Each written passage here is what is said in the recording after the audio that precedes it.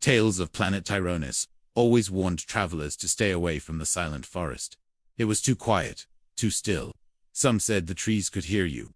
Some said the wind could taste your fear. But Jihuan, a human explorer, didn't listen to tales. He walked where no one else dared. His ship had landed 2 days ago. His boots crushed glowing blue moss as he moved through the trees. He didn't wear the normal clean white suit like other humans. His thick, black hair flowed wildly down to his shoulders. His beard was untamed. Other humans called him the hairy one, and they laughed. But Jihuan didn't care. He said the forest trusted the wild. That evening, something strange happened. The sky turned orange. The air grew heavy. Birds stopped singing. Then, in the distance he heard it. A scream. It wasn't human. It was high and sharp, like broken glass. Jihuan froze. His heart pounded. But instead of turning back, he ran toward the sound. He reached a clearing, and what he saw made his blood run cold. In the center, an alien girl stood with her back against a glowing tree. She was trembling. Her skin shimmered like moonlight silver blue, smooth like crystal. Her long white hair floated behind her like smoke. And surrounding her were 3 beasts tall, black, and covered in dark fur. The Dorans. They were strong, slow, but smart. Their teeth were yellow and long. Their eyes glowed red. And they were closing in. G-1 didn't wait. He grabbed a broken branch from the ground and stepped forward. "Hey, ugly dogs," he shouted. The beasts turned. The alien girl gasped. Jihuan walked into the clearing, tall and fearless. His wild hair caught the wind. His eyes burned with fire.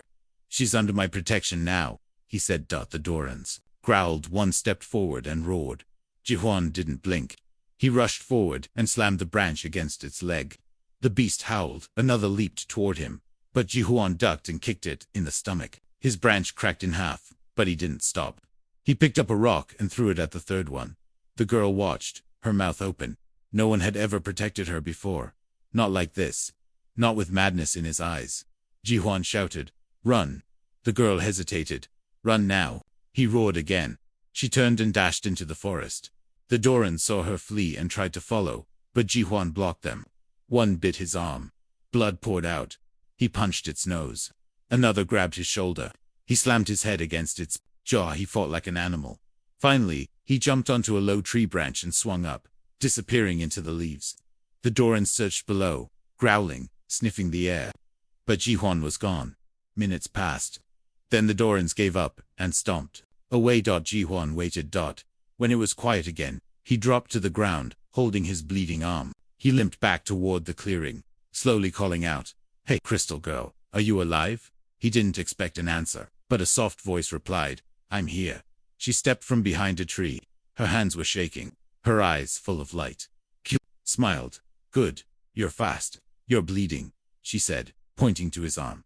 "I've had worse," he said. "Name's Jihuan." "I'm sorry," he nodded. "Nice to meet you. Sorry, you almost got eaten." She looked down. "I escaped from a slaver ship. They're tracking me. Those beasts. They hunt for the slavers." Jihuan's face grew serious. "You're being hunted." She nodded. "I didn't think anyone would help me." "Well," he said, brushing dirt off his pants.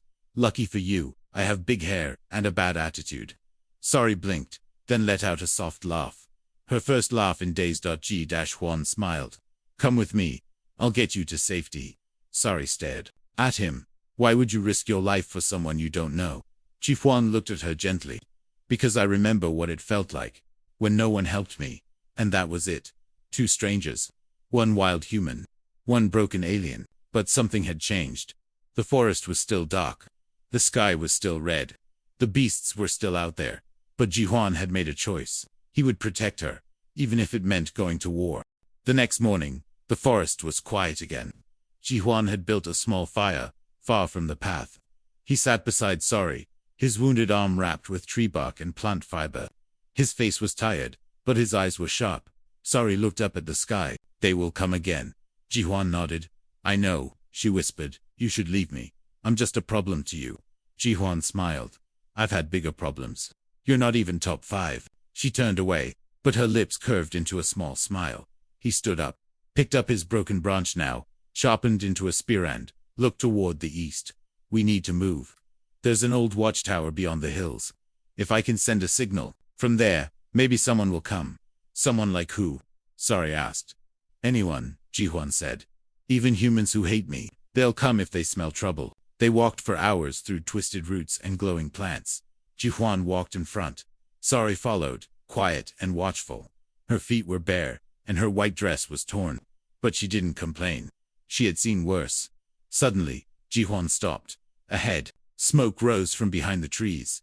He dropped to the ground. Stay low, he said. They crawled forward. In a clearing, 3 Dorans were eating something.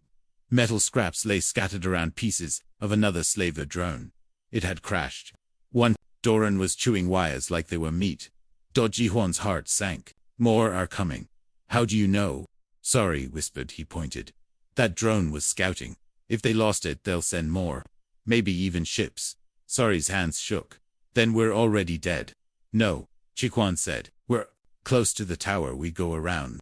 But as they turned, one of the Dorans sniffed the air and stood tall. Its head twisted. Toward them, Ji-Huan grabbed Sari's hand. Run. They ran. Trees flew past them. Branches scratched their skin. Ji-Huan's feet pounded the earth. Sari followed, heart pounding. The Dorans roared and gave chase. They burst into a wide field, and there it was, an old tower, leaning but still standing. Metal vines covered its sides. Ji-Huan shouted, "Climb, go now." Sari started climbing. Her hands bled. The tower groaned. Ji-Huan stayed below, swinging his spear at the Dorans as they approached. One Doran lunged. Ji-Huan stabbed its arm. Another tackled him to the ground. He punched it in the throat. "Sorry," screamed Ji-Huan. He yelled back, "Keep climbing." She reached the top. There was a broken console, rusted but still blinking faint blue. She pressed buttons. The screen flickered. Below, Ji-Huan fought like fire. His eyes were wild. His shirt was torn. His spear snapped. A Doran bit his leg. He fell with a cry. But then the console beeped. Sari screamed into the mic, "Help us, please." Coordinates. Static. Ji-Huan lay on the ground. Blood dripped. From his mouth he looked up and saw Sari standing at the top. Arms spread. Light behind her. The Dorans paused. The signal tower glowed. A sound filled the air, loud, sharp, unnatural. Then, from the sky, something came. A blast of light hit the ground. The Dorans turned in fear. A ship.